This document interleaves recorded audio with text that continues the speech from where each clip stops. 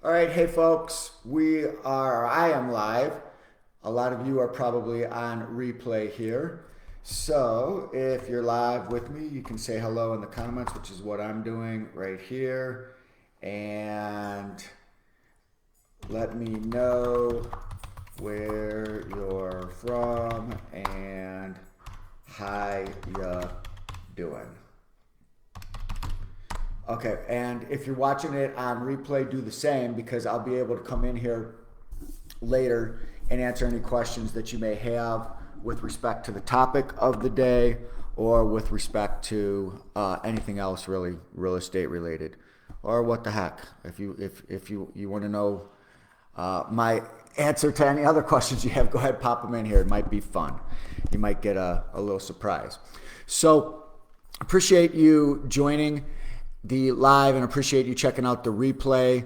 Where we are is at that point where we are in a dialogue with the seller and we're learning how to answer the different questions, objections, concerns that they may have about selling us the house in the way we want to buy it. So if you're just joining, we're in week 11 of a 21-week program here.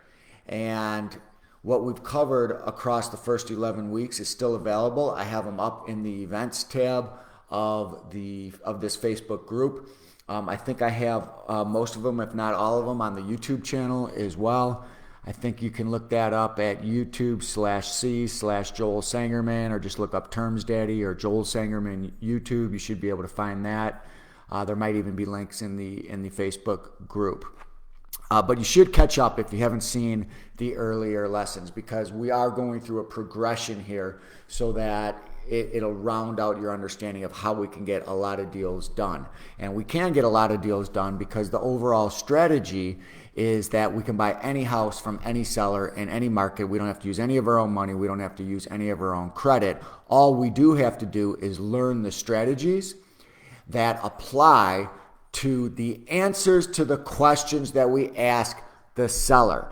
We aren't pushing, asserting, or even necessarily trying to compel or persuade a seller to do a particular thing. We're asking them questions, allowing them to make us an offer on their terms that goes beyond just price, right? Everybody who's selling a house puts an offer out, right? They put a price out. That is their offer into the market. A lot of times those sellers aren't aware that they can get all of that price that's not discounted, not dialed back by commissions and closing costs and inspection concessions and all sorts of other costs of that traditional sale. They can realize that full price if they can be a little bit patient. And by being a little bit patient, we'll even pay them for that patience, but they do have to take a monthly payment for a period of time until we pay them off in full. So it becomes a trade-off.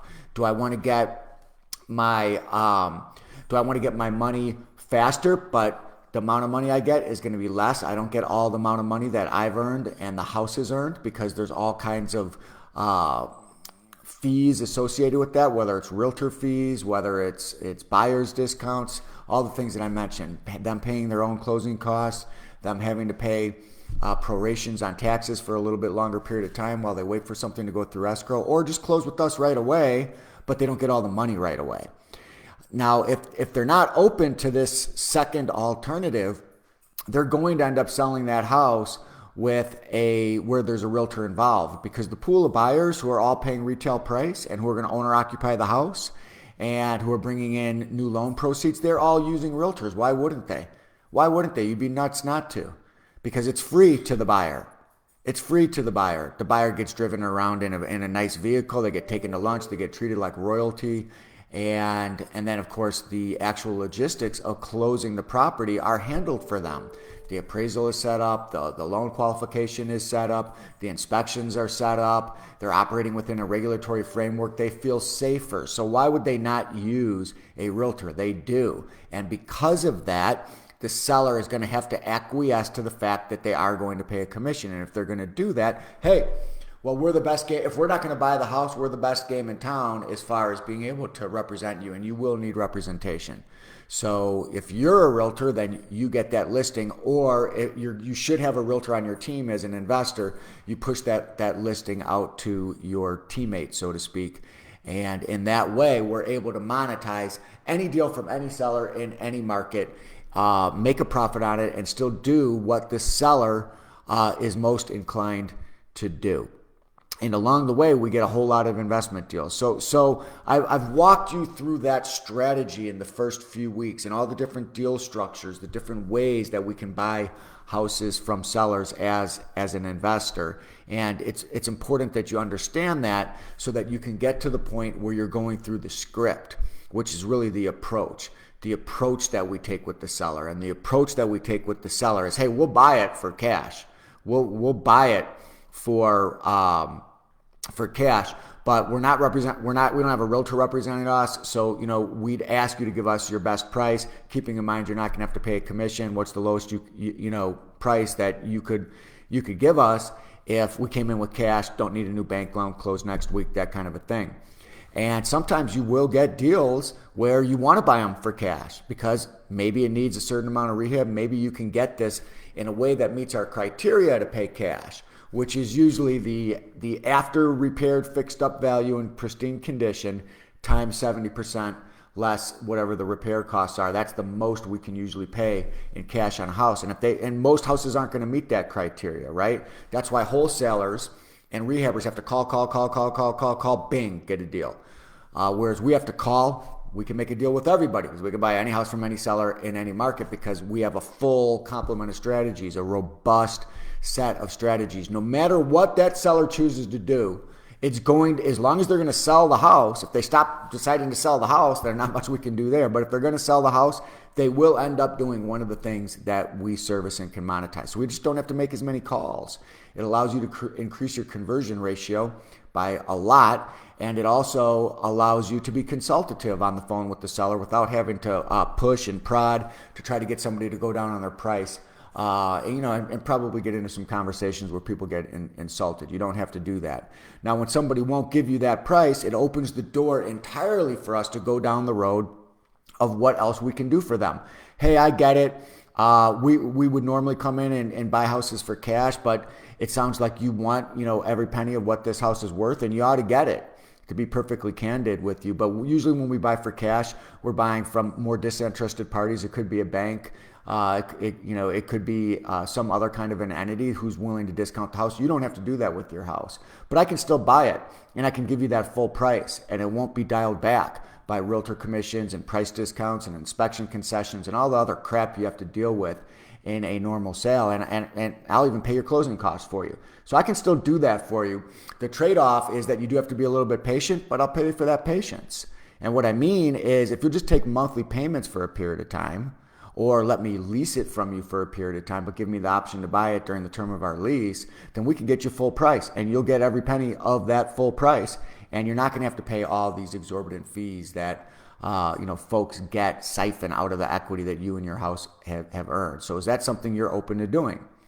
And the answer to that is either going to be yes, in which case I had a lesson in here on how we take them through a negotiation cascade, because we have to uncover certain metrics, right? We have to uncover, well, what is the lowest they will take price-wise?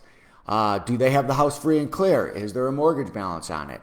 We have to learn what the lowest monthly payment we can get is. We have to learn what the longest duration we can get is. We have to learn if they're expecting a down payment or not. And there's a particular way we go about that I speak to in several of the lessons. So if they say yes, we're going down that road.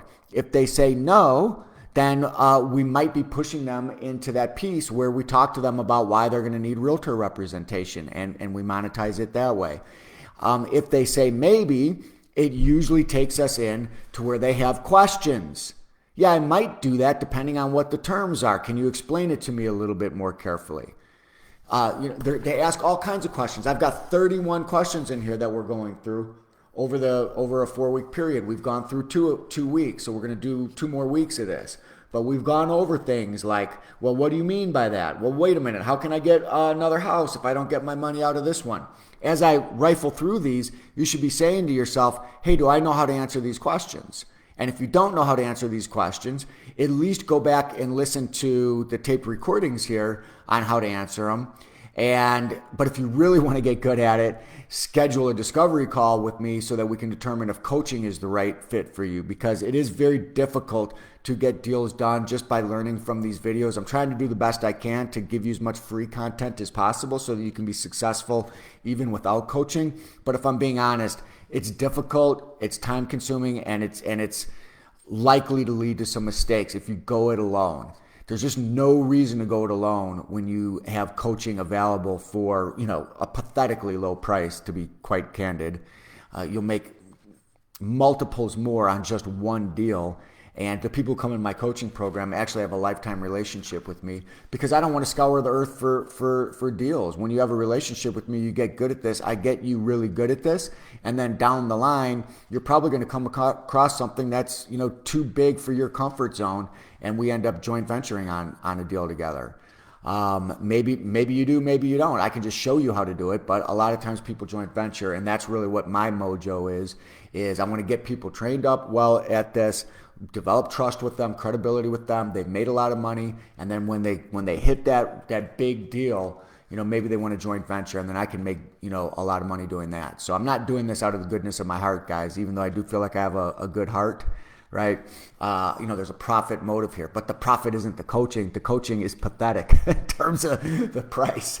The play here is to get you really good at this so that we can potentially JV later, and there is no requirement to JV with me. But my point is this: you need coaching because, when you drive in a car, we use GPS. The GPS tells you how to get there. You have that ability now with real estate, with any kind of skill you want to develop, where you can have GPS level guidance because somebody can coach you and walk you through the steps until you don't need that GPS anymore. When I go someplace new, like one of my kids has a new friend and I need to put it in the GPS, I do it, a couple of times. The GPS walks me through and I get there. But once I've done it a couple times, back, forth, I don't even need to use the GPS. That's the way it works in real estate too. So I can get you really good at this GPS style, walk you through so that you get paid, and then you can do it on your own. Or you can learn new things because you have this lifelong relationship. But my point is this: if you're not, as I rifle through these objections, if you don't know what to say, either watch these videos a bunch of times so that you get hopefully good at it, or schedule a call, see if coaching is for you, because it'll help you with the different nuances that come up throughout these deals. But like I said, people are going to be a yes, no, or a maybe. And if they're a maybe, they're asking things like, how can I get another house if I don't get my money out of this one? Well, wait a minute now. How long are you talking about me waiting? How long is it going to take you to pay off the house? Well, I don't know. I mean, maybe I give you 6 months to a year. Will that work for you? These are some of the objections we've covered already. I'm not going to go through them again, but you can watch the video. People will say, well, wait a minute now. The loan stays in my name the whole time, even though I don't own the house anymore. Questions like, won't the bank call the loan due if I keep the loan in my name after I sell it to you? People will ask you, hey, how do you make money doing this? I mean, you're paying me full price. How do you get paid? Do you all know the answers to these questions? You need to know them because a lot of them will come up on the call with folks. People will say, so what happens if you can't sell the house after you buy it from me? Other folks will say, yeah, I've had people call me with offers like that. How are you any different? You know what to say in these scenarios? You want me to sign the deed over to you before you cash me out? Shouldn't I be uncomfortable with that? Hey, I wouldn't want to transfer the deed until the loan and my equity is entirely paid off. Can you make that happen? How about this one? What happens if you or your buyer suddenly can't or stops making payments? Y'all know how to answer that one? What happens if your buyer never gets qualified for the loan at the end of our term? These are all the totally reasonable questions that sellers will have before they sell you the house in the way that you've been taught to buy them, whether through me or someone else. And you need to get good at this because guess what, folks? 90% of your effectiveness as a real estate investor, it occurs during this interaction, this interchange, this phone call that you have with the seller, and your ability to demonstrate your genuineness, your authenticity, your character, being transparent in your answers. All those things go to character qualities and trust. Okay, you need to be able to demonstrate that along with showing your competency. People buy character and competency. You show them your character by being, yourself, being truthful. You show them your competency by knowing how to answer these questions. They want to work with someone who has a certain level of expertise, and you show that by being able to answer these questions and answering their reasonable questions in a fair and balanced way so that they can make the right decision. They'll ask, what happens if your buyer never gets qualified for the loan at the end of our term? They'll say things to you like, well, I don't want to negotiate on the phone here with you. Why don't you come see the house, determine if you like it before we negotiate anything? They'll say things like smoke screens, like, well, just send me your contract. I'll have my attorney review it. We'll see where this lands. And then where we left off yesterday, not yesterday, where we left, I say yesterday because, with the folks that are in my coaching program, we do this every day.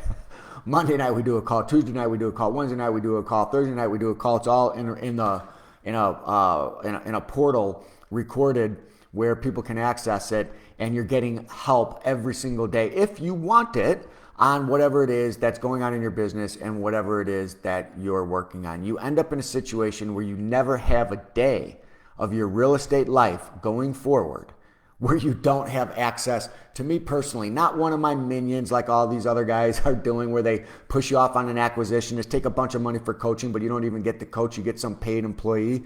Big red flag. You get on a discovery call with some of these other programs and it's a salesperson. They don't care about you. They're trying to sell you on the coaching program. And then when you get in the program, do you think you get the actual author of the program? If you did, maybe that would be a good thing, but you don't. You get one of their employees. Do you want to be coached by someone who's probably making less than you, who's being paid by the hour, or do you want to be coached by the person who actually wrote the program and has had all the success? In my opinion, it would be the latter. I think it's obvious, but apparently a lot don't, because a lot of those programs do, they're pretty big coaching programs, right? So anyway, you make the call. You do the math on that and figure out where you want to go. I can't take everyone in this program because of what I just explained, that I do it myself. So that's why I keep the price low, so that I can sort of hand pick based on the discovery call that we do. But if you're committed, you're excited and about the opportunity, and you understand that it's not get rich quick, it's going to take a little bit of effort. You got the rest of at least my life to get good at this with my help for way less than what you'd pay in any other program. If I had had an opportunity like that when I was first starting in real estate, you kidding me? I paid the equivalent of six figures today in the early 90s to get this level of, wasn't even this level of coaching. It was good coaching though. So anyway, not to get to go down that road too much. So here's where we left off, we've got a few more objections that we need to get through here over the next couple of weeks. So let me give you some more to think about here. Now, here's what happens. You get sellers willing to do terms or take monthly payments for a period of time until we pay them off in full. And a lot of times they'll say, well, wait a minute, how much money are you going to put down on the house as a down payment? Getting into the house with low to no down defines our first payday as a real estate investor, because we're going to get a big chunk of money down, non-refundable, from the person we're installing in that property. So the less I have to pay my seller, the better. And usually that means zero. If you learn how to do this effectively, you can get away with giving them a little bit of a down payment if you have to, if the rest of the terms are good. But almost all, well, not all sellers, but a lot of sellers are going to be concerned about a down payment, and they'll bring it up. The way I handle this is on the front end. Usually when we're talking to them about the price, the monthly, the duration, I do something different than the way I was taught to do it, because I think the way I was taught to do it is second best compared to what I've learned over many years is way better. So many of you may have learned to do it this way. When you get to the down payment, you say, hey, we usually buy with nothing down, okay? It does work, not all the time, and I'd even submit to you that most of the time it doesn't work well. They'll say, no, I got to have a down payment. But if you do it my way, it works a lot better with greater frequency. My way is this.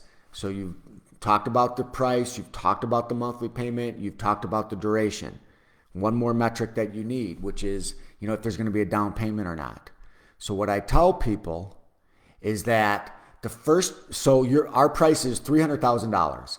That's the price for the house. You're going to get all $300,000 of that based on how we've structured the deal here. But the first time you're going to receive money from me is actually going to be the monthly payment towards that $300,000. And the reason for that is that I'm putting a lot of money into this.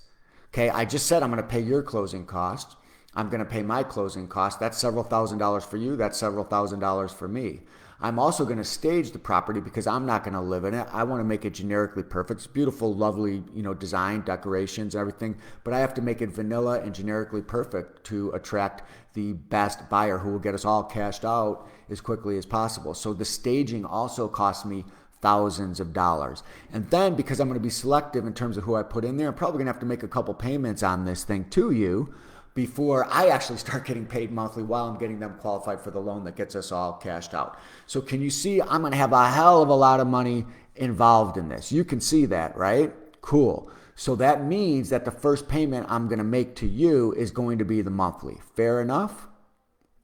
That's a better way of saying it. Because if you go to somebody and you say, we usually buy with nothing down, okay?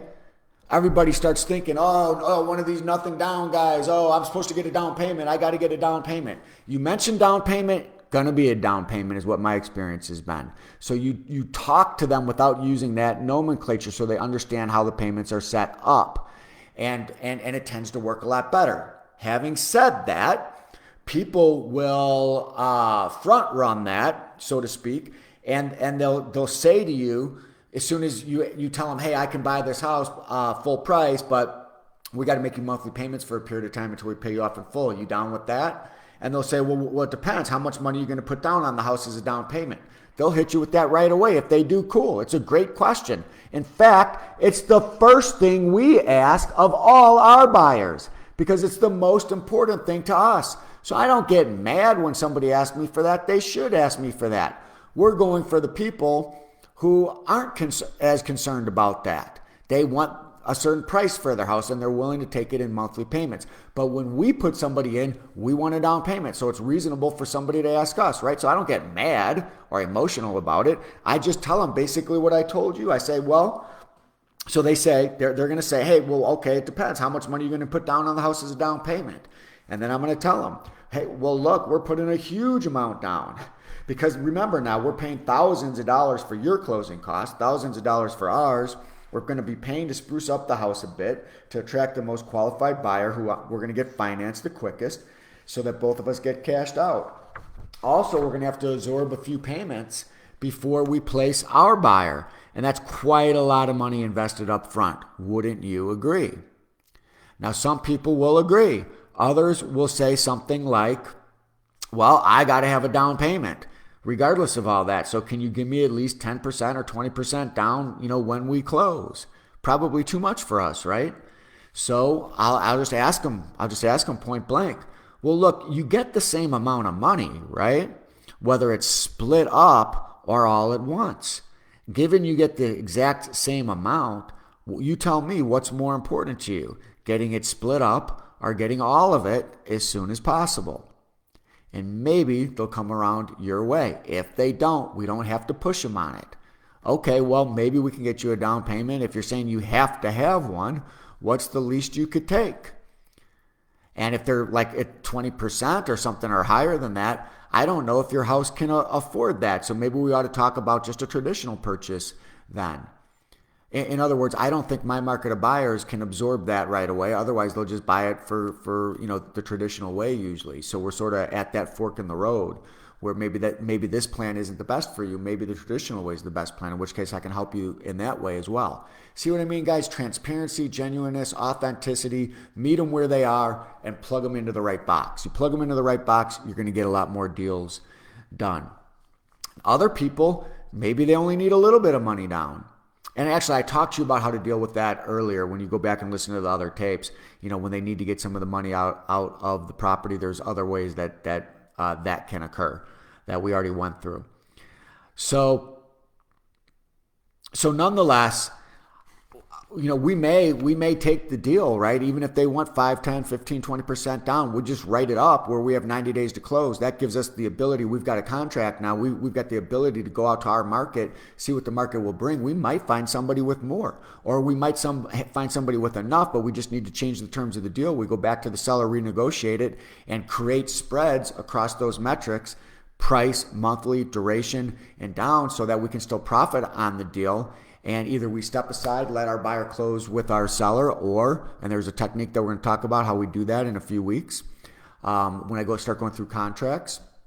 Or we simultaneously close, stay in the middle, funding our purchase from our seller out of the proceeds we get from our buyer. Maybe we get 20% down from our buyer and have to give all 20 of it to our seller, but we have a big monthly spread, and we've got a good price spread on the back, and we've got a long duration to make money on it. So, there's all kinds of different things that can happen. And again, guys, not to shamelessly plug the coaching, but there's so many nuances to this business that when folks in my program get deals, there's a deal evaluation form.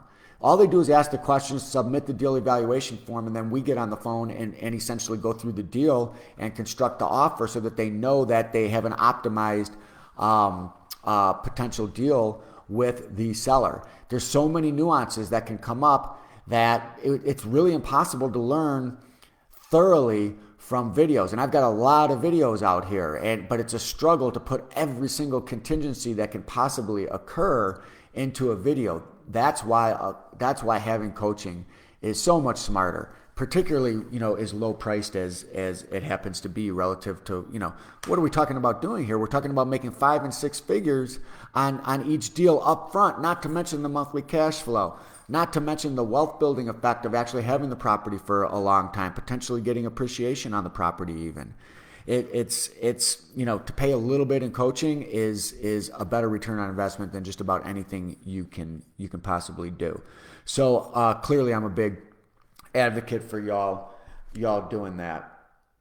Now, you're going to get other objections, right? The seller might say something to you like, well, how do I know you're going to make the monthly payment? I'm moving out of state and I can't be in a situation where I have to deal with an eviction or a foreclosure. I don't know you. I'm not really feeling the idea of you making a monthly payment. How do I know that's going to happen? You got to know what to say to this, folks. So, staying truer to the script, I'll read to you. Usually I'll say, well, have I given you any reason to believe I won't? They'll say, no, you haven't, but I don't know you, and I don't know that you're going to make the monthly payment. Okay, well, I understand the hesitation. It does go away after you receive a couple payments consistently. But I mean, if you really think I won't, then this might not be for you. So, what would you like me to do to ease that anxiety? Well, I don't know that there is anything that you can do. I'd be concerned that you weren't going to make the monthly payment. Or maybe they'll back off of that objection. But if they don't, then what I like to do is find out if that's the only thing that's holding them back, because we can actually solve that problem. And so what I'll say is, well, look, if that's really going to keep you up at night, I might actually have a solution for that. Assuming I can fix that concern, are you ready to move forward, or do you have other concerns?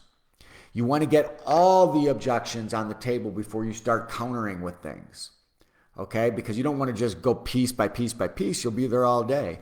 You want to lock them in to where they say, well, yeah, I mean, if I knew that you were going to make the monthly payment, I'd be good. Okay, so that's the only issue that you have. So if I can if I can make it so that you're confident that you're going to get paid monthly, then you're good to go with this plan. And if they say yes to that, then you can do this if you want to. Don't have to, but you could do this if you want to. You could say, well, what if I placed several payments in escrow so you know that it's there? We'll do that up front, and that way you'll be 100% sure that you're getting the monthly payments on that. Is that something that you'd be, would that ease your anxiety about all this? And because once people start receiving the payments from you and they see that it's coming like clockwork, either from an escrow account or directly from your bank account, they're good with that. And remember now, you can do that because you're going to get a big down payment from your buyer. You could literally take all that down payment. You're going to have to make monthly payments on it anyway. Stick that in an escrow account so that it pays monthly until it's used up. But then just keep the monthly payment that you're getting from your buyer. Okay, so that's the way I would recommend that you guys handle that one. So all right, so what I think we're gonna do, I'll do one more here real quick. Okay, people will say, well, what kind of guarantee do I get that you're gonna pay? And it's a very simple answer. You don't have to teach a seminar. I'll say, well, what reason do you have to think that I wouldn't? And then they're going to say something like, well, I don't know you. I want to have some kind of a guarantee. And I just let them know, well, you essentially get the same thing that a bank does. You're going to get a promissory note and a mortgage that's secured by the house, just like what a bank gets. Don't you want to have the same protections that a bank does? And there's a little bit more nuance to how we handle that we get into in the coaching program, but that's a good first pass effect as far as handling that objection. So next week, when we come back in and do the last set of objections, we're going to talk about things like, well, what if the people living there tear up the house before I get paid in full? What if I have to foreclose or evict? Hey, what, are you one of those investors? Hey, why should I tie up the house, with you maybe buying it in 90 days? Hey, send me some information on your company. No, I think I just want to sell the traditional way. Well, will you personally guarantee the payment? Hey, I'm not in a hurry. We got a lot of objections to cover next week. Anyway, these are the kinds of things that come up. Well, I'm thinking I'll sell it on my own for a while and then maybe list with a realtor. Those kinds of things, right? We're going to finish that up next week. So anyway, if y'all have comments, whether you're live, I didn't even look in the comments here. Hey, Pops, look, only a mother or a father would say that you need more light on your face, okay? When it's my face that we're talking about. Most of y'all probably totally disagree with that and think I should just black my face out as much as possible, shadow it out so you can't see. So that's coming from a father there, so I could understand. But hey, I will look at all of these other comments in here. Hey, Frederick, what's going on, my man? Congratulations on the recent successes you've been having. Frederick's a great guy. And hey, Matt, both Matts, Matt and Matthew. John, good to see you in here. Kevin, what up? And anyone who comes in the replay, if y'all have questions, drop them in there. And I'll try to get back to you over the weekend. But a brother like me has some basketball to watch today. NCAA tournament, March Madness. We'll have to see what happens here. So anyway, I hope you all have a wonderful weekend. I appreciate you spending the time with me. We'll see y'all later. Much love and have a great weekend. Talk to y'all later. Bye now.